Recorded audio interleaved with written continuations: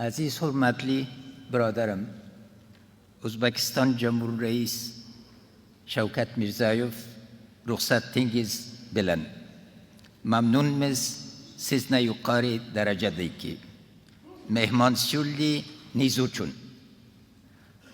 President Mirziyoyev, Prime Minister Khan, Mr. Borrell, distinguished ministers, heads of international and regional organizations, ladies and gentlemen, friends. Dictionary definitions of connectivity are dominated by the means by which individual terminals, computers, mobile devices, and local area networks connect to the global network.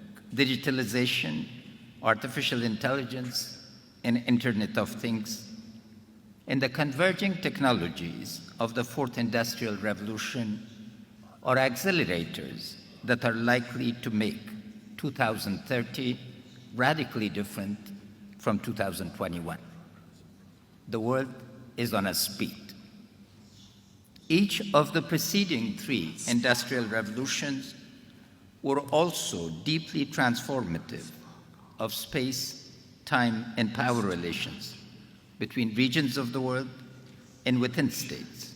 A major difference is that the Eurasian continent, this time, is a central hub of these accelerators, making the transformation of the Eurasia from a geographic notion to a continental economy one of the most significant transformations of the 21st century. With the reset caused by COVID-19, it is clear that regions and states are going to loom large in all of our lives. For millennia, connectivity referred to human relationships and networks established through the medium of culture and civilization, allowing people to establish reference points for identities in cooperation and opposition with others. As the first and second industrial revolutions provided the tools for subjugation of large parts of the earth, cultures became arenas of confrontation. The possibility of combined development opened up by the Fourth Industrial Revolution can provide the needed accelerations for a more equal world. But if our regions miss the opportunity during the next decade, the gap will be much wider. This open moment, like all such moments, is therefore a mixture of opportunities, risks, turbulences, and threats. How the region deals with the opportunities and challenges, defining the context in Afghanistan after the departure of the US and NATO forces, could have a significant impact on the process of regional cooperation or confrontation. My week of July 8 to 15 offers us a window to the opportunities and challenges captured through my interactions with my fellow Afghan men and women in Kabul and the provinces that I visited. The opportunities can be summed up as follows. First, the US and NATO partners have left behind considerable assets, provided concrete commitments in assistance and support, and are framing the future as a new partnership in the relationship. Mr. Borrell, I thank you. Bagram Airport, which I visited on the 9th, alone has an estimated 3 billion worth. It used to be the busiest airport in the world for 10 years in a row. We plan to turn Bagram and other military airports into hubs of trade and connectivity. The investments made by our people, as illustrated by my visits to the thriving cities of Khost in the east, in Mazar Sharif in the north, provide for lives with dignity. Our people have put all their resources into creating livelihoods for themselves and a platform for eradication of poverty and living with dignity. Second, As a state, we are dedicated to a clear vision of peace, stability, and prosperity through internal reforms and regional cooperation. Our reforms, ranging from digitalization of the government to the overhaul of our budget and revenue to construction of major irrigation and development projects, are in implementation. I was delighted to welcome 161 people on the first direct flight from the UAE to the brand new airport in Khost, a dream come true, on the 10th. I associate myself with President Mirzayev's full proposals for regional projects. Third, as a people and state, pursuit of a political settlement to the conflict with the Taliban has been our national priority. The end state of a sovereign, united, democratic, peaceful, and connected Afghanistan has been endorsed internationally and regionally. We have offered a clear roadmap, particularly in my article in the Foreign Affairs, consisting of making peace, forming a government of peace, and sustaining peace through the will of the people, meaning there must be elections to elect my successor to the highest office in the land. We are building consensus for the permanent neutrality of Afghanistan, and we need your support for this. Fourth, the enabling legal environment for utilization of our natural wealth, ranging from mining, oil and gas, to renewable energy and geothermal, hydro, solar, and wind has been created. We're talking not about megawatts, but gigawatts of energy. We announced the award of a series of mining contracts on the 8th of July and finalized the processes of procurement of over 100 construction contracts on the 10th of July. Fifth, the Islamic Republic as a constitutional system of government and the Afghan National Defense and Security Forces have strong public support. Thanks to technology, I've been interacting with governors and defense and security officials across the country on an hourly basis to concentrate our forces and strictly practice economy of effort. I'm delighted that recruitment to our all-volunteer forces is considerably up. How are the threats manifesting themselves? First, while the third wave of COVID-19 pandemic is threatening our lives, in a severe drought threatening our livelihoods, Taliban have unleashed a destructive wave of attacks across the country. Contrary to their commitment to the US to pursue a political solution, they've deployed the over 5,000 prisoners released at the request of the international community by the Lajirga or Grand Council as the vanguard of these attacks.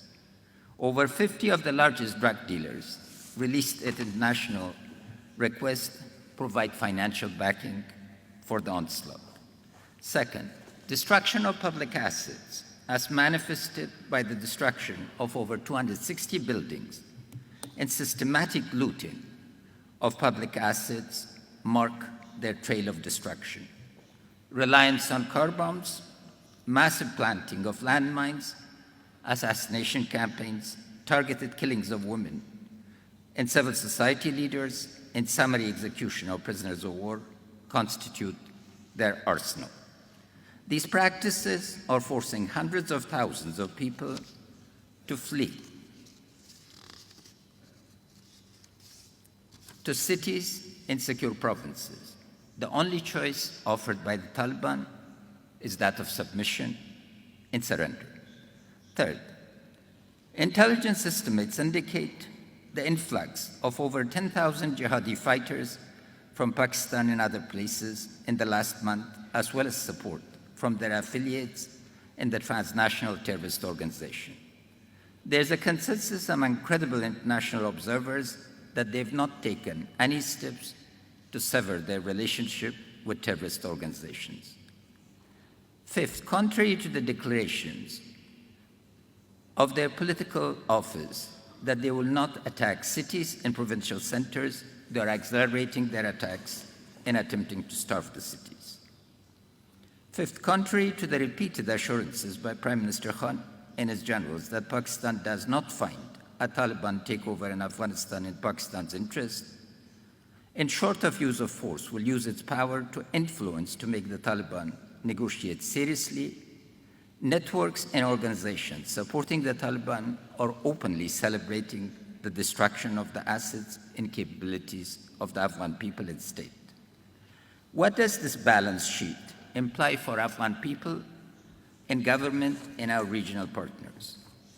We, the people and government of Afghanistan, are fully focused on the present moment and determined to ensure our existence as a nation and a state. Relying on the will of Allah and based on the deep reservoir of patriotism, we are confident that we can change the challenge to opportunity. Based on the principles of concentration of forces and economy of effort, we are prepared to face the Taliban and their supporters for as long as it takes until they realize that a political solution is the only way forward. Given the lessons of Algeria, Iraq, Lebanon, Syria, and Yemen, among others, we wish to preempt the descent to the hell of an all-out war. We therefore call on the Taliban to engage with the government of Afghanistan to end the war and the destructive recent onslaught. Also, we call on Pakistan to use its influence and leverage for peace and cessation of hostilities. To mark our differences with the Taliban, we will accelerate our reforms in state building, market building, and peace building. We are committed to international humanitarian law and will mobilize our national response under the leadership of the Afghan National Defense and Security Forces. And as far as the theme of today's conference, we will accelerate our efforts on enhancing the consensus on regional connectivity, both in terms of hardware and software, the rules and relationships and rule of law that is required for accelerating the design and implementation of programs and projects of regional connectivity. From the region, first and foremost, we request a sense of urgency. Lessons learned are clear. Without regional consensus and support, peace does not break out.